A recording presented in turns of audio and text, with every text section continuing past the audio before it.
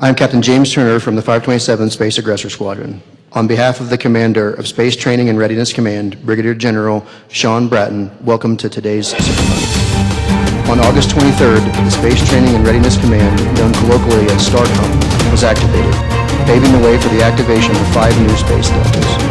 During today's ceremony, we will observe the activation of Space Delta 11, the Space Range and Aggressor Delta, and the assumption of command by Colonel Kyle Pumroy.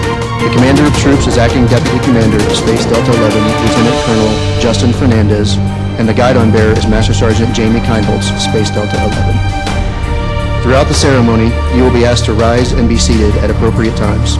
As a reminder, during the singing of the National Anthem at an indoor venue, it is appropriate for civilian guests to place their hand over their heart and for our uniformed military members to stand at attention facing the flag. During the playing of ruffles and flourishes and the General's March, military members should face the general and the official party and stand at attention until the music has completed. Ladies and gentlemen, please rise for the arrival of the official party at playing of ruffles and flourishes, posting of the colors, the singing of the National Anthem by Master Sergeant William Stewart from the 4th Space Operations Squadron, and the invocation by Chaplain Ronald Barnes.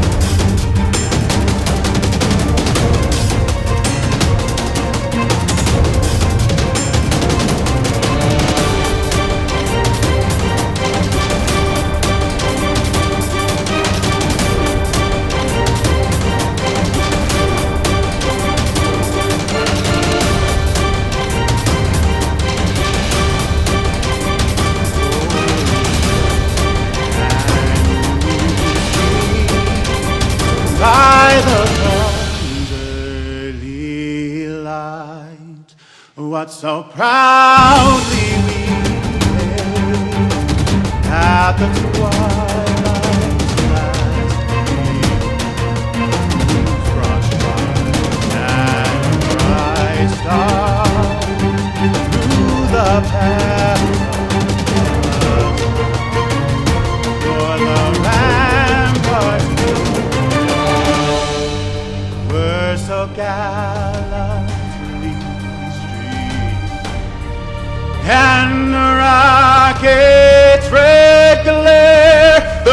bombs bursting in air gave proof through the night that our flag still there.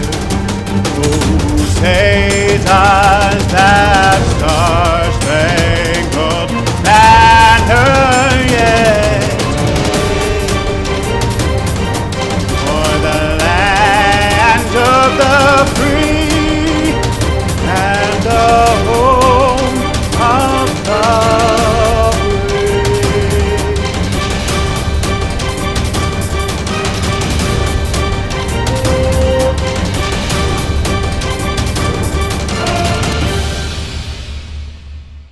Stand by.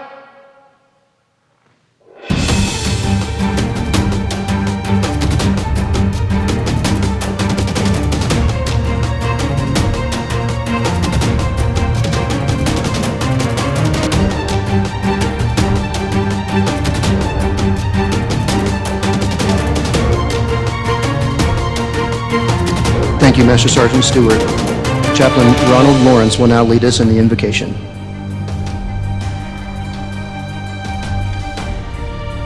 If you would, please join me in a word of prayer.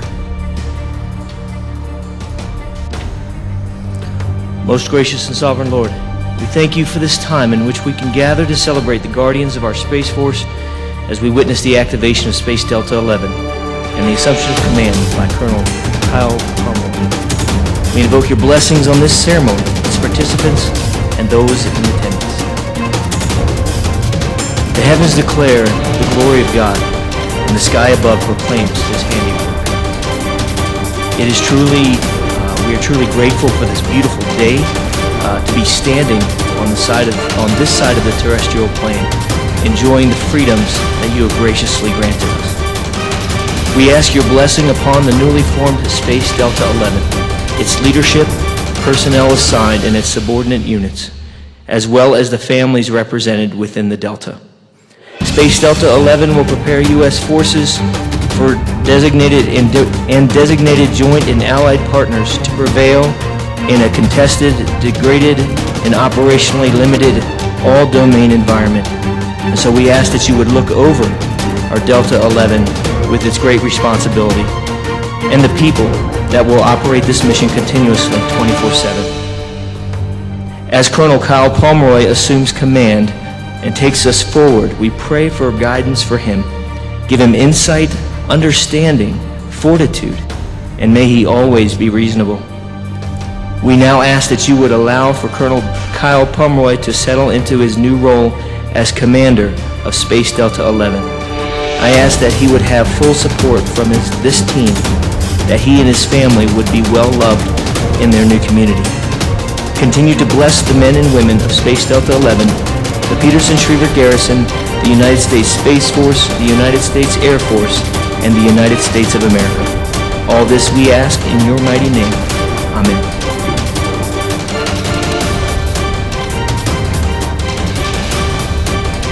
Thank you, Chaplain Lawrence. Ladies and gentlemen, please be seated. We will now introduce the family members of the official party and distinguished guests. Please hold your applause until all introductions have been made. We are honored to have in attendance today the spouse of the commander, Space Delta 11, Mrs. Kelly Pumroy, and their son, Thomas. The mother-in-law of the commander, Space Delta 11, Ms. Carolyn Harper Capestro. The senior enlisted leader of Space Training and Readiness Command, Chief Sabayas.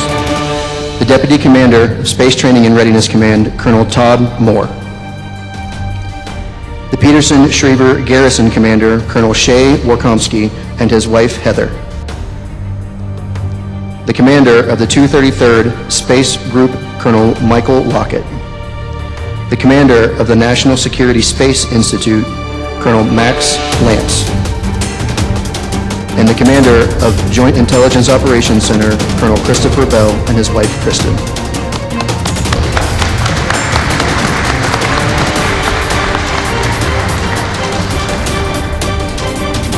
And finally, we would also like to take this opportunity to welcome all commanders, directors, chiefs, first sergeants, and other distinguished guests, and those with us virtually today. Ladies and gentlemen, the Commander, Space Training and Readiness Command, Brigadier General Sean N. Bratton.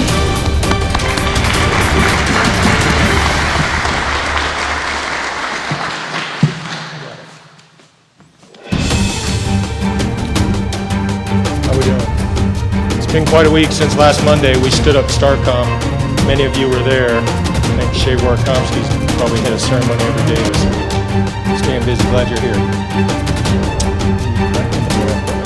A day like today, we are making history for the Space Force.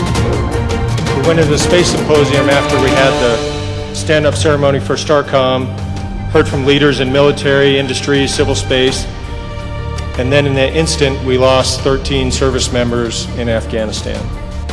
They died in the line of duty as we close out our mission in that country, and I know many of you have served there. They died protecting and caring for others, working to ensure someone else's chance for freedom. And then finally, as we woke up this morning in what has been a very busy week, our partners in NORTHCOM were responding to a hurricane that came ashore in Louisiana. These actions are a reminder to all of us as we work to build the Space Force and STARCOM and Delta 11 that the world isn't going to wait for us. Our competitors, our potential adversaries, future crises are not waiting. The need for readiness isn't and won't wait.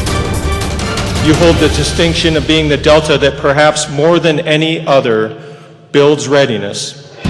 Range and Aggressor squadrons serve one purpose: make our Guardians better. Prepare our Guardians. Build our force so when the day comes and we are needed, they too are ready. A week ago today, when we held that ceremony to officially activate STARCOM, we made sure to recognize all the effort that went into pioneering it. Today's ceremony is also meant to applaud the visionary efforts of those that helped us get to this point in standing up Delta 11. But more importantly, today's ceremony is meant to be our huddle before we go onto the field. We get to kick off our mission and start delivering for the nation. As you know, the Space Force aggregates squadrons and other subordinate organizations into a mission-focused Delta that represents the leading edge of our capability. Deltas are unique to the Space Force. They get away from the Air Force Operations Group or Wing and create a new, lean, mission-focused construct. You are lean, we will be flat, and now we have to be focused. Mission focus is exactly where we need to be given the competition that is brewing in the space AOR. Delta 11 is going to help us prepare for that competition by training our Guardians on how our adversaries operate. Delta 11 will give us a sneak peek at their playbook on how they plan to threaten our space-based capabilities. Delta 11 provides the training ground where we will practice. Delta 11 epitomizes STARCOM's mission of preparing every Guardian. You operate the range and be the aggressor. You will be a worthy rival that our blue teams will enthusiastically compete against. You will replicate the environment, the training ground, where Guardians will learn to compete. You will replicate combat, and that is the best preparation that there is. So Delta 11, you're meant to represent the Space Force's competitors, its rivals, delivering threat-informed, realistic test and training environments. You're the last opportunity a Guardian has to prepare.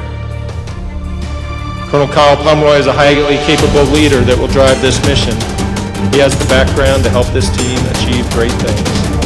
He led the 527th Space Aggressor Squadron, achieved several firsts while there, including helping to deliver a brand new training tool for space operators, providing the chance for live on-orbit training. This trailblazing effort established the concept of training Guardians on real satellites in space. We must do more. Puma also led the effort to replicate satellite communications and GPS jamming for the first time with the Army's 10th Special Forces prior to their deployment in Eastern Europe. He helped them prepare. If you ask Puma what helped him achieve these wins, he'll tell you the secret is teamwork. He's passionate about building the team, one in which his Guardians care most about growing their reputation as team players. He and you must be fans of the questions that we ask ourselves. What, if anything, were possible Our adversary asked this question too. Puma is a big believer in taking risk and tolerating failures. He recognizes that with high risks come high rewards. He and you will make things possible. With Puma leading the team, Delta 11 will achieve its mission of ensuring Blue Force credibility that deters adversaries' actions in space or yields victory should we be called upon. Delta 11, I have confidence in you, have confidence in your leadership. Chief Sabias and I are here to be your wingmen, your teammates in this mission. Thank you, Kelly, thank you, and Thomas, Carolyn, for being here today. Semper Supra.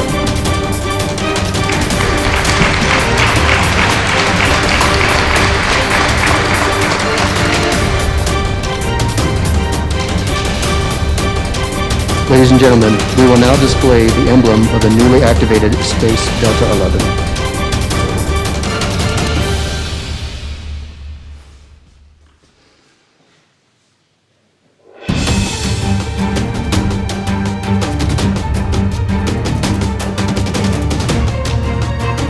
Symbols have distinguished friend from foe in warfare throughout recorded history. The organizations of the United States Space Force, like other military organizations, employ heraldic emblems as a means of identification for esprit de corps. The emblems symbolize the organization's history, mission, or function.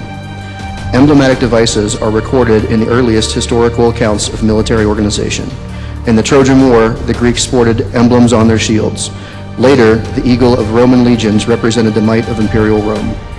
Space Delta 11 will carry forward the lineage and history of the 65th 55th Aerospace Test Delta Squadron, a unit that excelled in the development of surface-to-surface missiles and also played key roles in NASA's manned space programs, lending expertise to Project Mercury, Project Gemini, Project Apollo, and the space shuttle flights before the unit was deactivated in 1990.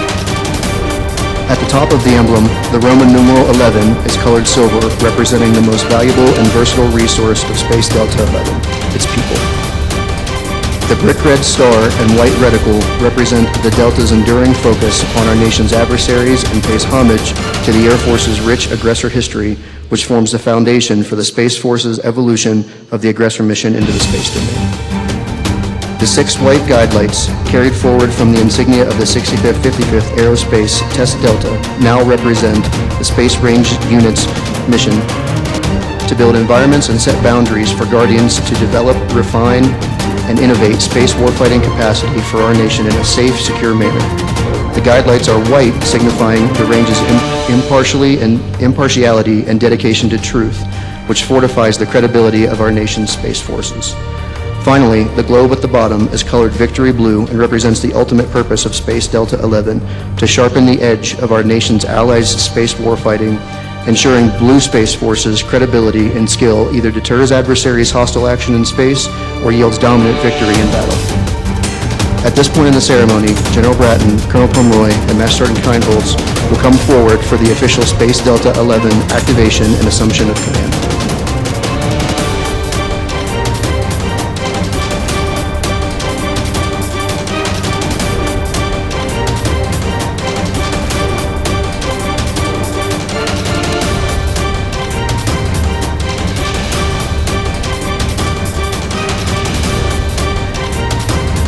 By order of the Secretary of the Air Force, Space Delta 11 is hereby activated effective 23 August 2021.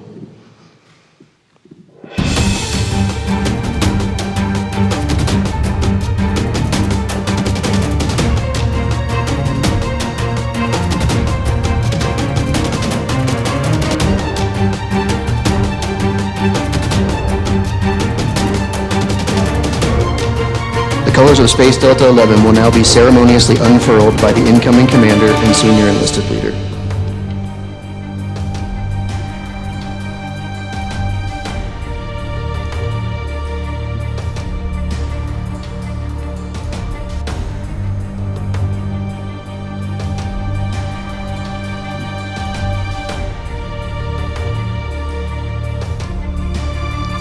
The Assumption of Command ceremony has been part of military history dating back to the 18th century during the reign of Frederick the Great of Prussia.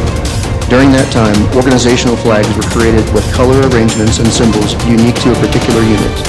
To this flag, the troops would dedicate their loyalty and trust. When an assumption of command was to take place, the flag was handed to the incoming commander to indicate a change in leadership. This gesture was accomplished in front of all of the unit so that all could witness their new commander assuming this position. This symbolic tradition has survived throughout generations of military history, and today it will serve as the key element of this military ceremony.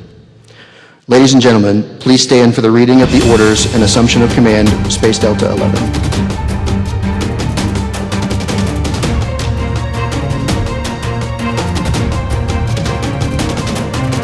Attention to orders.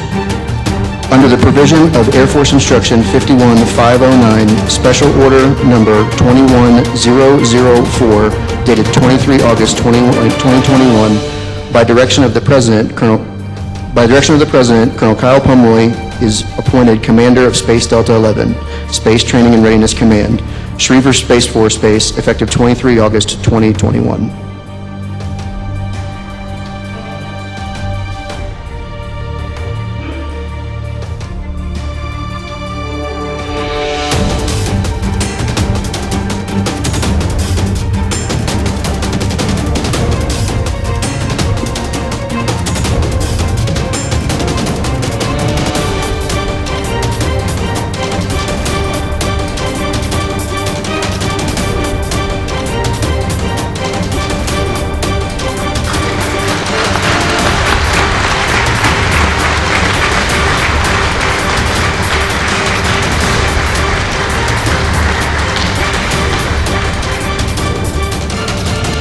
In keeping with tradition, the guidon is entrusted to Master Sergeant Jamie Keinholz, symbolically expressing the special trust and responsibility afforded the command's senior enlisted members. Thank you, General Bratton, Colonel Pumroy, and Master Sergeant Keinholz. Ladies and gentlemen, please be seated.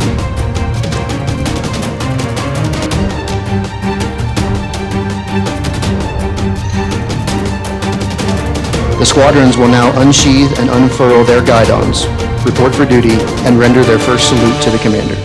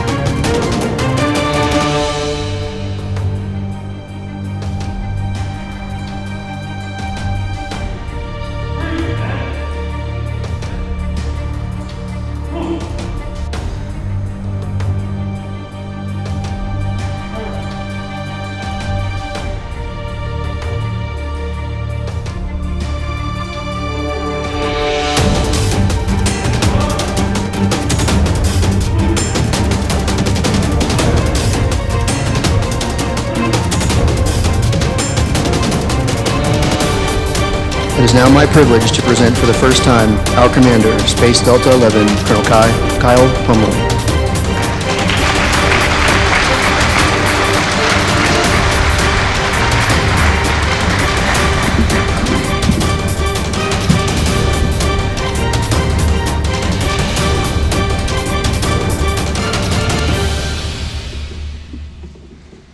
All right, how's everyone doing today?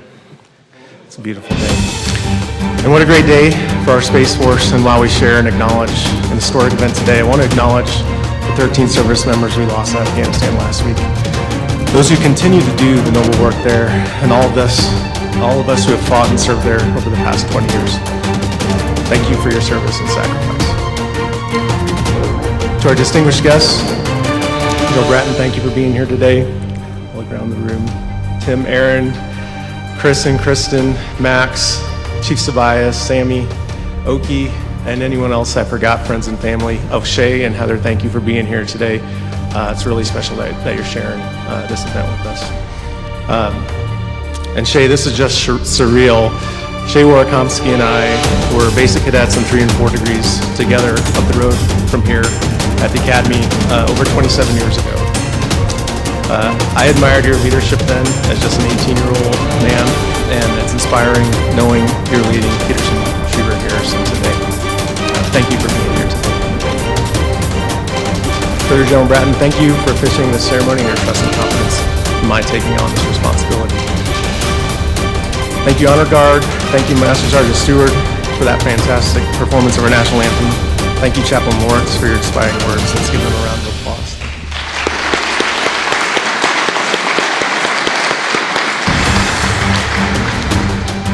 We had an amazing team plan and execute this ceremony led by Lieutenant Brian Rux. Where are you at? Listen, I've never seen a company grade officer more organized, more detail-oriented, or more skilled at planning in my career. And Brian, what you don't know is Miss Kelly was once the program manager for Headquarters Army, and her portfolio included Medal of Honor ceremonies. She knows the business. And I'd send her some of your work, and she'd respond, "Wow, this guy's good." So let me tell you, there's no higher praise than that in my book. Great job. Let's hear it for Brian. This has been amazing.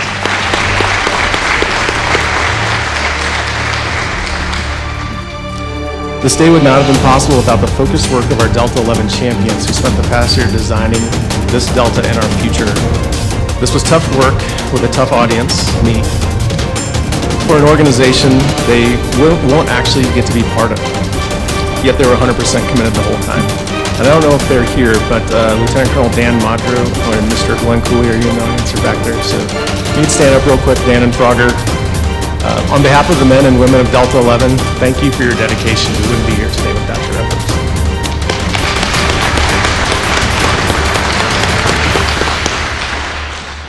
Last, thank you Kelly, Thomas, and Carolyn for being here today with us. Kelly, this opportunity would never have happened without your love and support. You make me a better officer, a better leader, and a better person. Thank you for joining me on this command journey. And although this is a special day for Kelly and me, this ceremony is not about me, it's about Delta 11 team and highlighting the impact that our team will have on fortifying the combat credibility of our nation's guardians and space warfighters. So just for a couple of minutes, I'll say a few words about who we are and what we're about. 10 months ago, when Dan and Frogger were doing the tough work of designing this Delta, we didn't have a number yet, just a name, the Range and Aggressor Delta, or RAD for short. And maybe it's because I'm a child of the 80s when we said, no kidding, things like rad and radical. I thought that was pretty cool. And then began to realize that that's really an appropriate term for who we are as range and aggressor professionals. Our ability to prepare warfighters for combat demands we be radical thinkers and ask, what if anything were possible? It's our duty to take outlandish ideas, make them possible, and then make them routine. Humankind has not experienced the form of combat we must be prepared for, but combat extends into the space domain. And in the spirit of the Range and Aggressor Airmen of the 1970s, who with little direction or guidance from Headquarters Air Force built a program to fly real Soviet MiGs against Air Force and Navy aviators and live combat training over the Nevada training range. And in the spirit of our space range and aggressor professionals of the early 2000s, who, despite all those who said it was too risky, built live, realistic, on-satellite electronic warfare combat training, we must continue to imagine and create relevant training and test opportunities to instill credibility into our space warfighters. Doing so ensures the Space Force and its teammates are prepared to compete and win. And if we do it right, ensures our adversaries choose not to fight because our space warfighters are better than them and they know it. Getting there requires us to do radical work, developed by our radical-minded Delta 11 teammates, which we must execute with discipline. So to the Guardians, Airmen, Marines, the Guardians Airmen Marine sailors, government, civilians, and contractors of the Delta 11 team. I'm so excited to get to work with you all. Some of us focus on range operations, and some of us focus on aggressor operations, and some both, but we can all think of ourselves as radicals. And that radical mindset is what makes us a team. So let's do this. Semper Supra.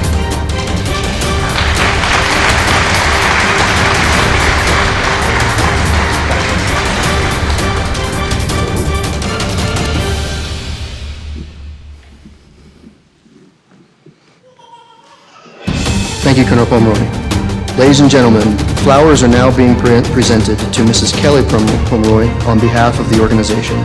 The flowers represent the friendships that she will make as she continues to be an integral member of our community. Flowers are also being presented to Colonel Pumroy's mother-in-law, Ms. Carolyn Harper Capestro, and a gift to Colonel Pumroy's son, Thomas. The flowers are being presented to Ms. Pumroy by Master Sergeant Jamie Keinholtz, Delta 11, and the flowers and gift to Ms. Harper Capestro and Thomas are being presented by Captain Wolf Thielin, Delta 11. Ladies and gentlemen, please stand for the playing of the interim Space Force March.